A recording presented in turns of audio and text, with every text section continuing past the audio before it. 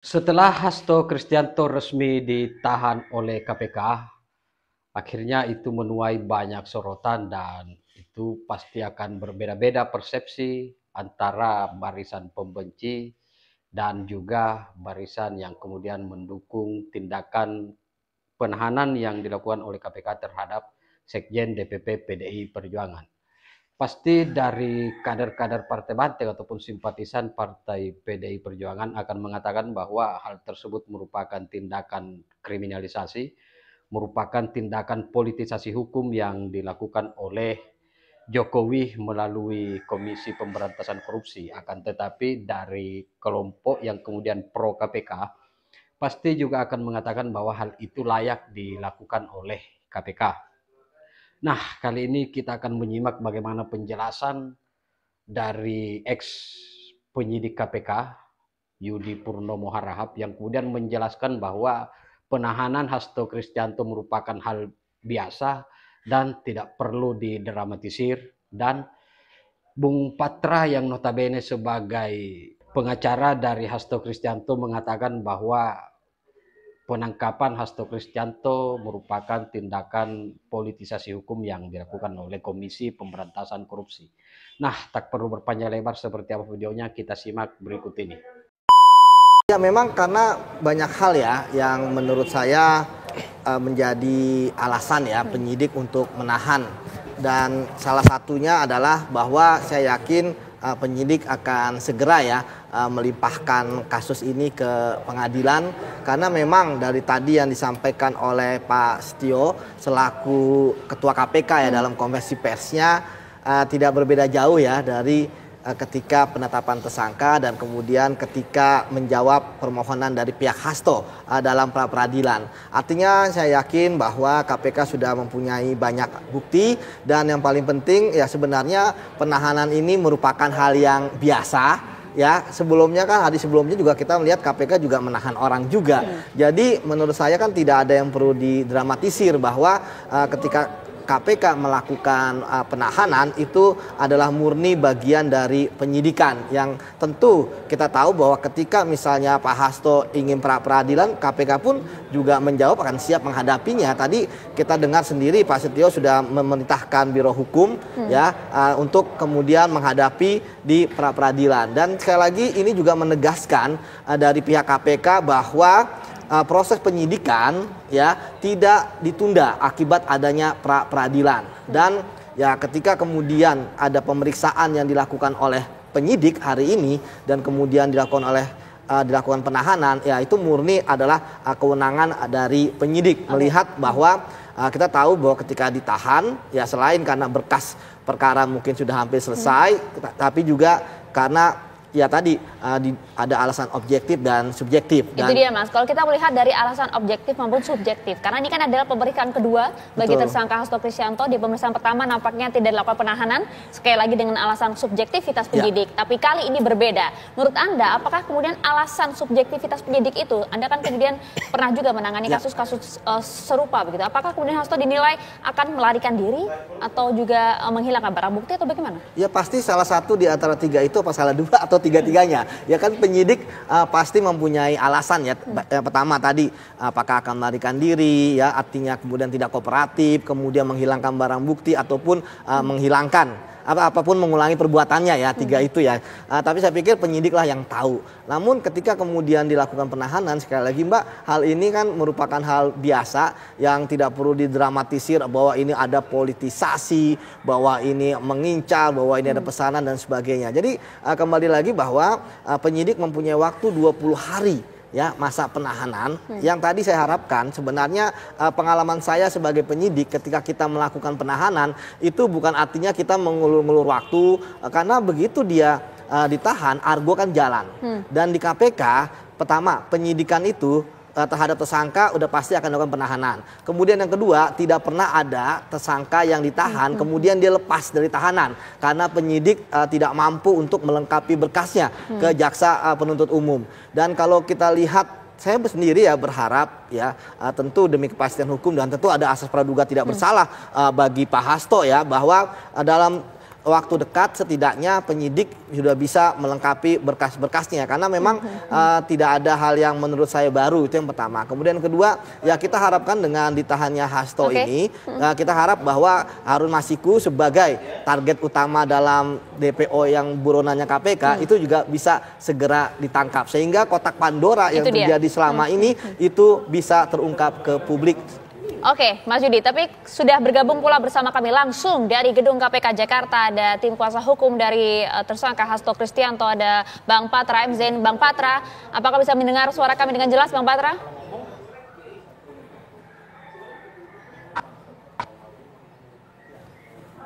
Bilang deh, saya. Bang Patra? Oke, kami akan coba memperbaiki komunikasi kami bersama dengan Patra M. Zain langsung dari gedung KPK. Tapi kalau tadi Mas Yudi sampaikan, ini hal yang biasa, tidak ada yang menarik, jangan dibesar-besarkan. Tapi nampaknya tidak demikian apa yang dirasakan oleh Hasto dan juga tim kuasa hukumnya tadi, Mas Agung. Saya melihat ini tsunami kecil politik yang menjerat PDIP karena langsung menghujam jantung kekuasaan struktur partai, sekjen, yang memang itu perpanjangan tangan ketum. Jadi kalau secara hukum ini peristiwa biasa, tapi secara politik ini gegap gempitannya dahsyat ini, karena bisa berpengaruh terhadap banyak hal. Misalkan secara institusional, apakah politik nasi goreng itu bisa dimasak kalau peristiwanya semacam ini? Apakah ini bisa menjadi semacam pertimbangan bagi Kongres ketika nanti dilaksanakan sikap PDIP yang sementara ini ada dua, mitra strategis dan mitra kritis? Apakah hanya satu saja cukup, mitra kritis misalkan, atau tetap dua-duanya, atau kita masuk sekalian semacam itu sebagai mitra koalisi? Nah, ini akan menentukan banyak hal sebenarnya peristiwa hari ini. Sehingga kalau bagi saya tsunami kecil politik ini bisa membesar kalau kemudian berlanjut lagi. Karena kita tahu Pak Yasona dicekal, Pak Ahok dipanggil, dan saya nggak tahu nanti kelanjutannya seperti mungkin Mas Yudi. Kelanjutan seperti apa? Kalau gitu langsung saja kita bergabung dengan Patra M. Zain langsung dari gedung KPK. Komunikasi kami sudah berjalan dengan baik. Nah, Bang itu Patra, yang saya ingin sampaikan. Ya. Baik, Bang Patra, tadi komunikasi kita nampaknya terganggu, Bang. Boleh diulangi, Bang. Bagaimana kemudian melihat status penahanan dari klien Anda, Hasto Kristianto? Apakah ini juga mengagetkan bagi tim kuasa hukum? Jadi begini ya, saya ulangi. Saya bicara soal hukumnya nih, normanya. Soal proses penahanan itu sudah diatur secara limitatif dalam pasal 21 ayat 1 KUHP, ya.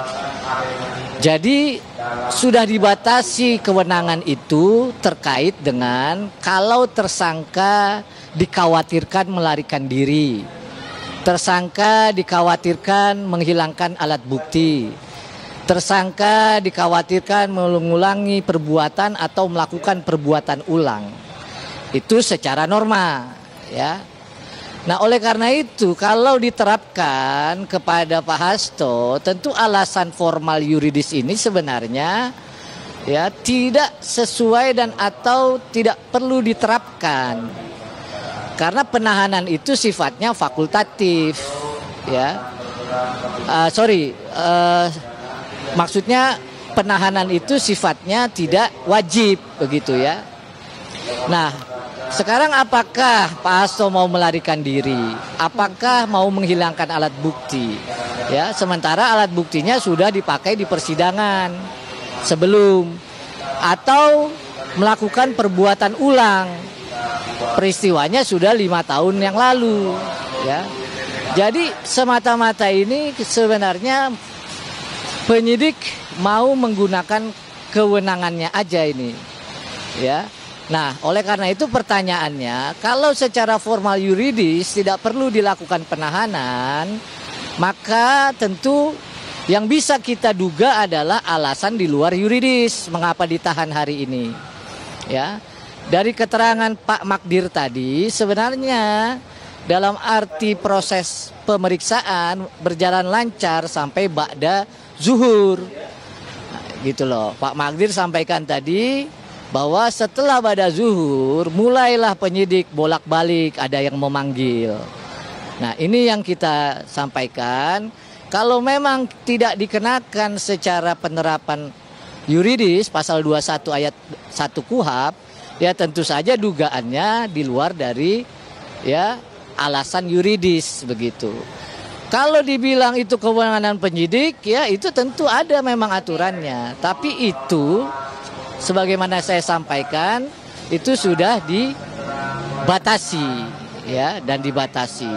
Nah, itu yang bisa saya sampaikan. Saya mohon maaf ini karena sudah mau bergerak lagi, ya. Saya mau sampaikan saja bahwa penahanan pada hari ini adalah bukan akhir dari perjuangan, tetapi awal dari perlawanan secara hukum, ya, yang dilakukan oleh Pak Hasto. Saya mohon dukungan dari semua masyarakat, terutama dari kader-kader yang setia sampai malam ini, ya, yang sekarang berjalan bubar ini, ya, untuk doa, dan kita akan melawan secara hukum. Ya, tentu sesuai dengan peraturan perundang-undangan dan norma yang berlaku. Itu yang bisa saya sampaikan. Terima kasih ya. Pak Patra MZen, tim kuasa hukum dari Hasto Kristianto tadi menyampaikan beberapa statementnya. Kami terima kasih Bang telah menyempatkan waktu di tengah kesibukannya. Tadi disampaikan bahwa ini bukanlah alasan yuridis penahanan dari Hasto ini, Bang Heri. Ya, sebelumnya saya mengklarifikasi baju ini tidak menyimpulkan bahwa posisi saya di mana begitu ya. Kita berusaha untuk siratul mustaqim, menjadi istiqomah di jalannya. Okay. Ya. Bahwa dalam konteks suka tidak suka, memang keputusan untuk menahan Hasto Kristianto hari ini ataupun tidak, menurut saya adalah pilihan terburuk, sama-sama buruk ya. Buruk bagi KPK untuk tidak melanjutkan atau mendiamkan perkara ini. Yang pasti perkara ini harus bergerak maju, tidak kemudian bergerak mundur dan lain sebagainya. Ini bukan hanya kita kualifikasi sebagai ekspektasi publik, tapi tentunya kita melihat dalam konteks bahwa kejadian ini sudah lampau waktunya. Karena dalam hukum pidana itu kan kita mengenal daluarsa, ya, ada daluarsa dalam hal misalnya kehilangan hak untuk menuntut dan lain sebagainya. Kalaulah dia tidak sampai pada titik tertentu daluarsa, yang akan jadi persoalan adalah di proses pembuktian nanti. Maka ini akan menjadi momentum bagi KPK untuk kemudian memastikan sekali lagi positioningnya apakah melanjutkan atau tidak melanjutkan perkara ini. Saya sepakat dalam konteks ini harus tidak hanya bicara keadilan tapi kepastian hukum. Terlepas dari per hari ini ternyata kita saksikan bersama Hasto Kristianto kemudian ditahan oleh KPK, tapi setidak-tidaknya hilalnya sudah ditetapkan ya, sudah dijelas semua ini. Tidak lagi abu-abu dia, kemudian tinggal bagaimana proses ke depan dilakukan, dan saya yakin dan percaya sebenarnya Pak Hasto pun sudah sangat siap dengan hal ini. Karena bukan panggilan pertama tadi, ada panggilan kedua. Jadi kalaupun penahanan itu, ya kalau hanya mengacu pada syarat formalitas, tidak hanya subjektivitas, tapi ada objektivitas. Mungkin nanti dapat dirinci kembali misalnya, apakah sangkaan terhadap yang bersangkutan berkaitan dengan pasal tadi, misalnya ada minimum sanksi pidana atau ancaman pidananya adalah 5 tahun. Nah kalau itu maka masuk secara objektif dia. Tidak hanya bicara tentang subjektivitas. Kemudian kalau kita lihat dari kompleksitas perkara ini, beliau ini kan tidak kemudian dijerat dengan satu pasal. Betul. Saya nggak tahu apakah ini kemudian didramatisasi atau apa, tapi sebagai orang hukum saya akan melihat bahwa kasus ini menjadi kompleks begitu ya. Dengan menjerat orang dengan satu pasal saja itu tidak mudah, apalagi dengan 3 pasal. Kemudian ini tentunya menjadi persoalan yang sekali lagi jadi tantangan buat KPK. Saya setuju ini bukan masalah perlombaan, bukan siapa yang lebih cepat menuju garis finish. Karena bicara tentang penegakan hukum harus bicara profesionalitas. Nah profesionalitas itu nggak bisa ada batasan sebenarnya Mbak Maria. Bahwa kita harus mencapainya tahun ini, tahun depan dan lain sebagainya.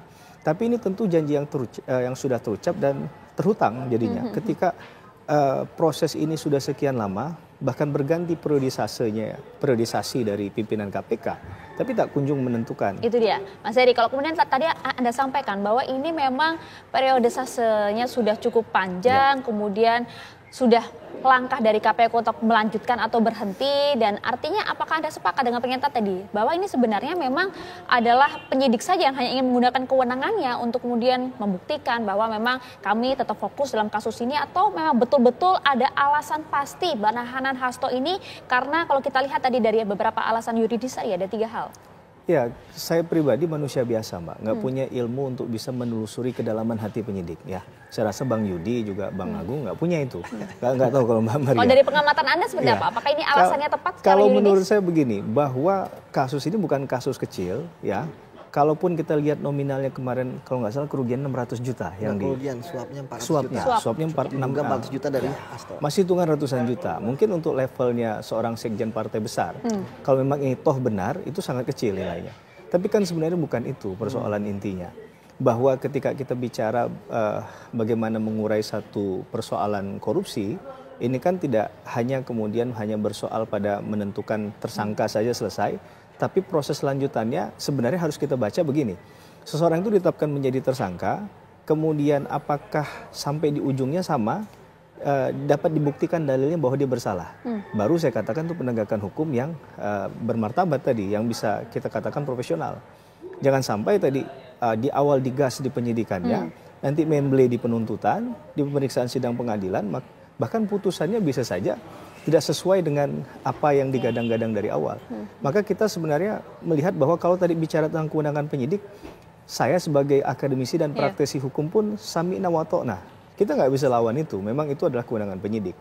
Tapi tentu hak hukum dari Pak Hasto dan teman-teman tim kuasa hukumnya adalah bagaimana mencoba untuk membuktikan sebaliknya.